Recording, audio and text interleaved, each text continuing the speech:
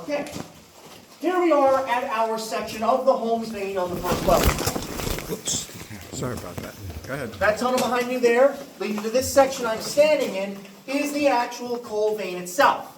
Now you can see, this isn't a particularly good section, as it averages about 4 to 5 foot thick here in the Panther Valley.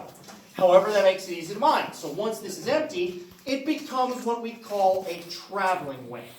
That allows you to go from this tunnel here to that one down there that we're going to get to eventually. But more importantly, it serves the purpose of its namesake, the mule way. This is how they move the mules between the first and second levels of our mine, and then the second and the third. By the time you're on 4, those animals are obsolete and have already been replaced with motors like the one we rode in with. Now remember when I said the trip down to the second level is not worth a cell phone? That is because this is our only way of actually getting down there today. I also told you I'd tell you from my own experience. Well, I had the opportunity to join up with a group heading down to inspect the second level back in 23. So believe me when I tell you, this is formerly a flight of stairs that were carved out of the rock. These stairs go down for about 200 feet at a roughly 20-degree angle. They reach a large step, turn around, and do the same until they reach the second level of our mine. Now, it doesn't sound as bad when I put it like that. Until you consider, when these stairs were intact, as they've been eroded over the years by the groundwater, by my best guess, each of those steps was about this tall. That was not a fun trip for anyone, then or now. And it gets especially worse when you consider that when people actually led mules down this passageway, those that would have done so were oftentimes not much older than him. Statue. Or taller. What I want you folks to understand is that our mines here are far older than many of the safety organizations and laws that oversee today's modern workforce. AMSHA, OSHA, a degree of common sense, and especially in our case here, child labor regulations. During the peak of our industry, let's say the 1800s going into the early 19s, typically every male in a household who lived around the mine would have worked in it, even the children. So let's say we have a young boy here between the ages of 6 to 10. He would have not been in school. In fact, he usually left school to come work here in the mines to help support his family. Now, someone this young would have never been underground. Instead, he's working back outside on the surface at a place we know as the coal breaker or the colliery, a massive structure where the coal was taken to be broken down, cleaned, and processed once it left the mountain. Now, unfortunately, none of our originals are still standing today, but you can see the pictures of the models back at the museum. What he is doing there is working as what we call a breaker boy. It was his job to work inside of the breaker, sitting on top of a chute, not too different in size from the Go Devil track I'm standing on. It was their job as a breaker boy to reach into this chute, which had a flow of rock and coal. Imagine all this was moving, reaching into this flow and picking out anything from it that was not anthracite coal with their bare hands. Rock from the wall, debris from the timbers, God forbid, a piece of the breaker boy sitting in front of him. And that I mean, because it would not have been uncommon to see a breaker boy like this missing a part of a finger, if not most of his hand, because they were not permitted to wear gloves, nor could they usually afford them. And unfortunately, the breaker boys like this also account for the youngest deaths to occur in this industry as well, as young as 6 years old. Now, as he gets older, he can work a number of different jobs in the mine. Our example here is a mule boy, or more properly, a mule driver. Around the age of 14 to 16 now, his responsibility could have been that of leading this animal and any cars it carried all throughout the mine he could get to.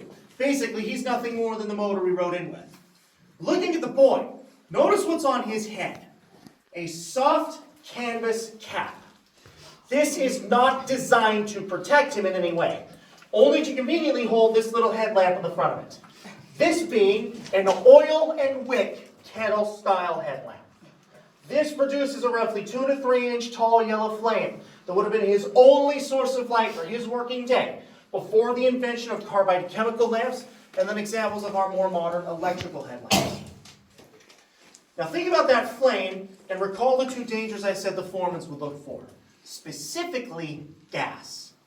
Mine gases here come in two forms. Now each of these is largely a blanket term that is used to refer to a wide number of different gases that can easily be put into one of two categories. The first of which we call black damp.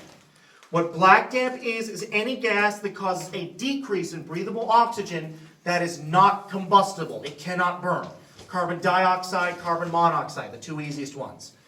Typically, it is odorless and colorless, but it is more dense than air. It settles near the floor. And if enough black damp should happen to settle, a miner will suffocate.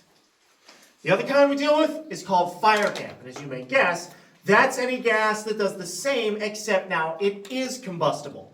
The big one we deal with here is methane. Methane is also odorless and colorless, but it is lighter than air.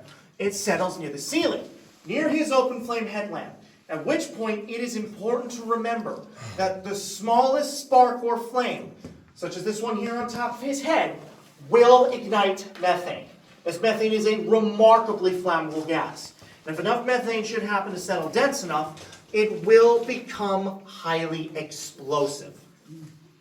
So how best do you think they would have protected themselves? I imagine you folks may have heard of the canaries in the mines. Now, while this was true in some cases, the nature of our mine here really didn't allow for the usage of canaries because we were just too modern. That same year, 1855, is when an English chemist by the name of Sir Humphrey Davy invented what we know as the Davy lamp. What the Davy lamp was a small lantern that housed a small flame inside of fine steel screens. It allows air and gas to enter the lantern and affect the flame in a way. A miner can accurately tell which of those two gases is present and how much. The two things a canary cannot do, while also preventing the flame from affecting any of the gases that he may find outside of the lantern. Up until very recently, we worked by almost that exact piece of equipment, as Davy's original design has gone largely unchanged in the now closing on 200 years since its original conception, taking form today of our modern flame safety lamp. And I'll turn the fire up here a little bit for you folks. How this works is exactly the same as Davy's. So let's say we need to check this area for black damp. How we're going to do that, we're going to take this lantern, hold it near the floor, and watch now whether or not that flame should decrease in size, go out entirely, or change color, as different gases can affect the color of a flame in different ways, if they should even do so at all. One way a miner can tell specifically what gas is present. Now on to the big one, methane, fire damp. Understand which occurs naturally with the coal inside of the mountain. What happens is they unearth that gas as they remove the rock as they mine. So let's say they may have done just that with this little nook right here. How we are going to check for fire damp is we're going to take this lantern and we are going to hold it near where we just mined, cleared, or blasted. And then we are going to start to slowly raise it up towards the ceiling, keeping it as high and as close to the wall as we can get it, and watching whether or not this flame should increase in size, or in the case of methane, change this flame to a deep blue color. Now, as far as I'm aware, and feel free to correct me if I'm wrong, these were only rendered obsolete and replaced by modern digital readers and devices within the last 30 to 40 years. And there are still some miners today who would prefer this over the modern technologies they use now. Simplicity over complexity. And back in the museum, there's a case where you can see the whole evolution of this from the canary to the digital readers we use today. So, if no one has a comment, someone likes to sneak one in there. Pause for a second.